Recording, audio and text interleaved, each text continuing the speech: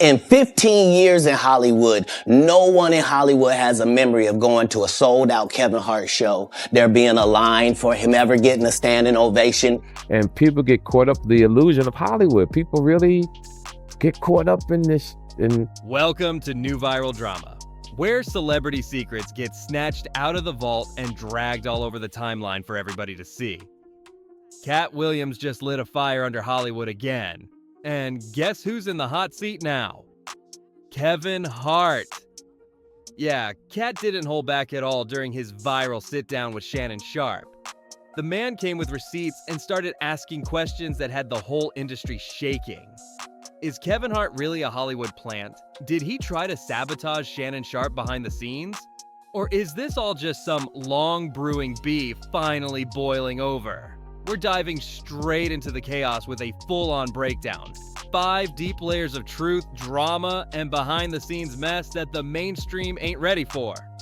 Let's start with the biggest bomb Katt dropped, Kevin's suspiciously fast rise to fame. Katt basically said, look, this ain't normal. Kevin pulled up to LA, and within a year he had his own sitcom and was starring in Soul Plane? Meanwhile, Katt's been in the game for decades grinding just to get a fraction of that shine. Yeah, he was side-eyeing that real hard. Katt made it real clear. Something don't add up. He said Kevin's whole come-up felt way too polished, too quick, and too convenient. He even called out the timelines, saying Kevin claimed to be building a name on the East Coast while somehow also locking down roles and TV deals on the West Coast. According to Katt, that math don't math. He wasn't just calling Kevin lucky, he was calling him planted. Like his whole brand was carefully cooked up behind the scenes before he even showed up in Hollywood. And Katt said what everyone's been whispering, he already had his deals when he got here. Katt Williams didn't just question Kevin Hart's come-up, he tore it apart. He claimed Kevin skipped the struggle entirely, dodging the grind that most comics are forced to suffer through. And that made fans pause. Like, wait a minute, was Kevin ever really the underdog he loves to play? Or was the whole story carefully packaged to make him look relatable while hiding the real moves made behind the scenes? Katt painted a picture of 2 completely different paths. On one side, you got Katt, the raw, unfiltered comic who took every hit, got blackballed, and still kept it real. On the other, Kevin, the industry's golden boy who played by the rules and followed the script to the top. According to Katt, Kevin's climb wasn't built on hustle. It was built on obedience. He flat out called him Hollywood's chosen puppet, saying Kevin's rise was all about being marketable and loyal to the right gatekeepers, not about being the funniest in the room. That hit a nerve with folks online. A lot of fans have been saying it for years. The real talent gets pushed aside while the safe ones get pushed forward. Then Katt took it way deeper by dragging up one of the most controversial topics in black comedy. The dress? Yup, that one. Katt brought up how Kevin once firmly said he'd never wear a dress just to get a laugh. He said it on record. He had boundaries, and gimmicks weren't his thing. But then, Kevin went on Saturday Night Live in a full-on wig and dress for a skit. That moment did not go unnoticed. Katt saw it, fans saw it, and it sparked major backlash. Katt didn't even need to say much. The contradiction spoke for itself. Katt Williams didn't hold back. He used that dress moment to blast Kevin for selling out. He wasn't just clowning the outfit. Katt made it clear the dress was a symbol of submission. To Katt, it showed exactly how the industry pressures black male entertainers to strip away their masculinity just to get a laugh and a check. He said it loud and clear, "I'm funnier than a dress." That line hit like a punch to the chest, a straight-up mic drop that had the audience quiet for a second. Katt wasn't attacking comedy. He was calling out the system. The same system that pushed Dave Chappelle to walk away from $50 million because he felt like he was being used, turned into a product instead of a person. Katt lined himself up right next to that, as a rebel, someone who refuses to bow down to industry pressure. Meanwhile, Kevin's choice to rock that dress? Katt made it sound like betrayal, not just to himself, but to everybody who ever looked up to him for standing firm on principles. He said it wasn't comedy, it was compliance. a calculated move to keep favor with the ones pulling strings at the top. But just when things couldn't get messier, Katt threw in a plot twist. He accused Kevin of playing a sneaky role behind the scenes in Shannon Sharpe's downfall. Yup, according to Katt, Kevin might have had his hand in Shannon losing his ESPN spot and fumbling a $100 million podcast deal. All of this went down while Shannon got hit with a lawsuit from a woman named Gabriela Zuniga, and Katt's making it sound like the whole thing wasn't just bad luck, but sabotage. Katt Williams didn't just throw shade, he exposed a whole operation. According to him, that lawsuit against Shannon Sharpe wasn't some random scandal. It was a setup. And guess who he says was involved? Kevin Hart. Katt claimed that Gabriela Zuniga, the woman behind the lawsuit, wasn't just some outsider. She was planted.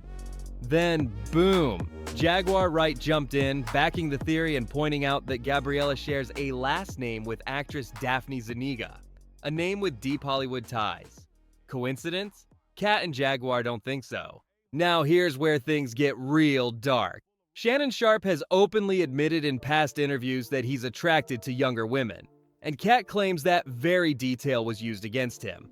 Like it was all bait, set up to get Shannon out the way. But why would Kevin Hart care enough to do all this? Katt says it's personal. Shannon invited him, Katt Williams, onto his show. That same viral interview where Katt went off and aired out the industry's dirtiest secrets. Katt suggests Kevin saw that moment as a threat to his carefully protected brand. And instead of clapping back with jokes, Kevin allegedly moved in silence and made Shannon pay the price. If that's true, this ain't just Hollywood drama anymore. This is survival mode. Power moves. One man's spotlight becomes another man's downfall. It paints Kevin as more than a clean-cut comic. It paints him as a mastermind playing chess while others out here thinking it's checkers. And while Kevin's name kept climbing the A-list, Katt says he was getting blacklisted. Not because he wasn't talented, but because he refused to bow down. He didn't play the game. He didn't follow the script. So they tried to erase him. Katt Williams finally revealed the moment that pushed him over the edge.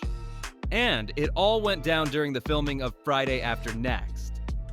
According to Katt, the original script had a scene involving sexual assault being played for laughs, and he wasn't having it. He stood his ground and said, no, that ain't comedy, that's crossing a serious line. And just like that, his career took a hit. Katt says the industry punished him for that decision fast. Overnight, the phone stopped ringing.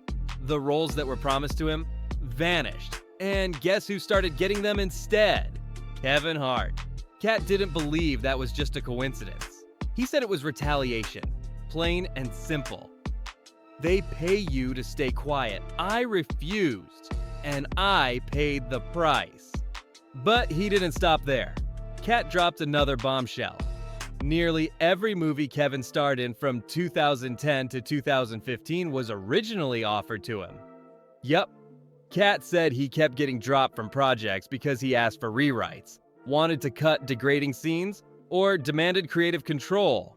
Meanwhile, Kevin? Katt claimed he just nodded, signed the papers, and played the part, no matter what the part was. Katt framed himself as the sacrificial lamb, the one who stood tall, took the hits, and refused to sell out. He made it clear, for him, success without integrity ain't real success. And he called out every comic who traded dignity for a check. He painted Hollywood like a machine, and warned that when you push back, that machine will grind you up. But even after all that, fans were waiting for the big question: how would Kevin respond? Well, Kevin didn't clap back directly, but what he did say? Yeah, it cut deep. Kevin Hart finally fired back, and while it started as a joke, the shade was crystal clear. During a basketball commentary segment, Kevin joked that Katt Williams bought the Knicks and returned them with a receipt. It was goofy on the surface, but everyone knew what he was really doing, clowning Katt and brushing off all the drama like it was nothing. But the real smoke came when Kevin hit the Breakfast Club. That's where he dropped the gloves. He called Katt a straight-up failure, blaming him for squandering the spotlight he once had. Kevin said Katt had the opportunities, the roles, the buzz, but messed it all up himself. He accused him of skipping promo runs, flaking on shoots, and trashing his own reputation. "You had your shot, but you blew it," Kevin said without blinking. But Katt wasn't gonna let that slide. He clapped back with facts. No DUI charges, no drug arrests, no scandals. "I've been tested for years. I'm clean," he said loud and proud, shutting down the idea that he was out here self-destructing. Then he dropped the real gem. He reminded folks that he gave 46 black women their first shot touring in comedy. He opened doors for others while barely getting any credit for it. That hit different.